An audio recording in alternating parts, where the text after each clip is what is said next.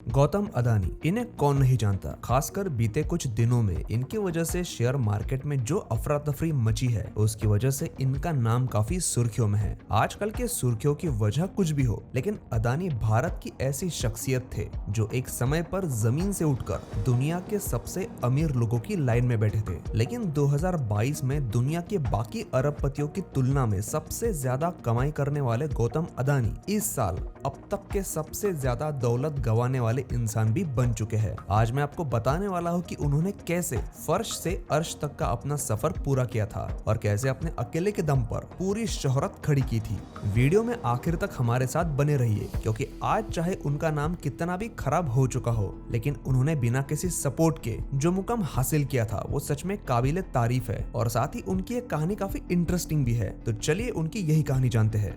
बचपन में काफी कम उम्र में उनको अपनी पढ़ाई लिखाई छोड़नी पड़ी, क्योंकि उनके पिता कुछ खास कमाते नहीं थे और उनकी कमाई इतनी भी नहीं थी कि घर के सारे सदस्यों का वो पेट भर सके। इसलिए बहुत कम उम्र में ही गौतम अपना घर छोड़कर दिल्ली आ गए। शुरुआत में काफी जगह पर धक्के खाने के बाद उन्हें एक डायमंड बिजनेसमैन के यहाँ पर नौकरी मिल गई। ना तनख्वाह ज्यादा थी, ना काम ज्यादा था और ना ही उन पर कोई बड़ी जिम्मेदारी थी, लेकिन उन्होंने वो काम अगले 3 साल तक किया और उस बिजनेस की कई बारीकियां सीख ली। और फिर वो जॉब छोड़कर उन्होंने मुंबई के जौहरी बाजार में अपनी खुद की एक डायमंड ब्रोकरी कंपनी की शुरुआत की। उनके पास 3 साल का एक्सपीरियंस तो था ही, साथ में मेहनत करने की पूरी तैयारी थी और इसी बलबूते पर उन्होंने उस बिजनेस में थोड़े ही समय में काफी नाम कमाया और पैसा भी। उधर उनके एक भाई भी अहमदाबाद में अच्छा खासा धंधा सेटल कर चुके थे, लेकिन उन्होंने प्लास्टिक व्रैप की जो एक कंपनी खरीदी थी वो थोड़ी घाटे में जा रही थी, क्योंकि उस कंपनी को जो प्लास्टिक का रॉ मटेरियल चाहिए था वो नहीं मिल रहा था। तो अपने भाई की मदद करने के लिए गौतम अहमदाबाद गए और अपने जुगाड़ू दिमाग की बत्ती जलाकर उन्होंने कुछ ही दिनों में प्लास्टिक इंपोर्ट करना शुरू किया। आगे जाकर इसी इंपोर्ट एक्सपोर्ट के बिजनेस को उन्होंने बड़ा बनाने की ठान ली और 1988 में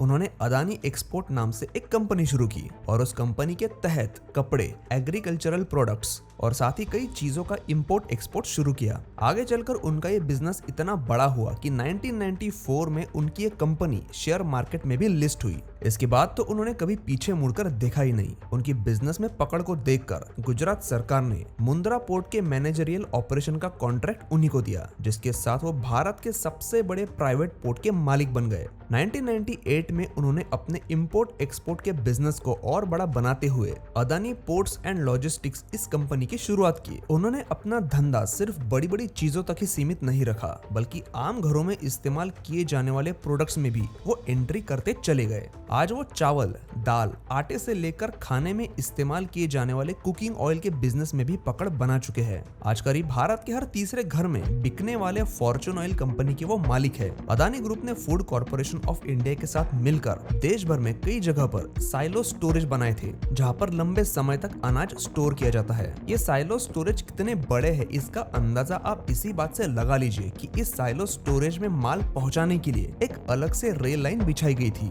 और इन स्टोरेजेस को इलेक्ट्रिसिटी सप्लाई देने के लिए अलग से पावर प्लांट तक शुरू करना पड़ा था। अदानी ग्रुप एफएमसीजी के साथ साथ thermal and renewable power generation project, cement industries, health care industries, mining, financial services, steel industry और रियल एस्टेट में भी अपनी पकड़ बना चुका था। मैं था ये शब्द इसीलिए इस्तेमाल कर रहा हूँ क्योंकि आज सिचुएशन बदल गई है।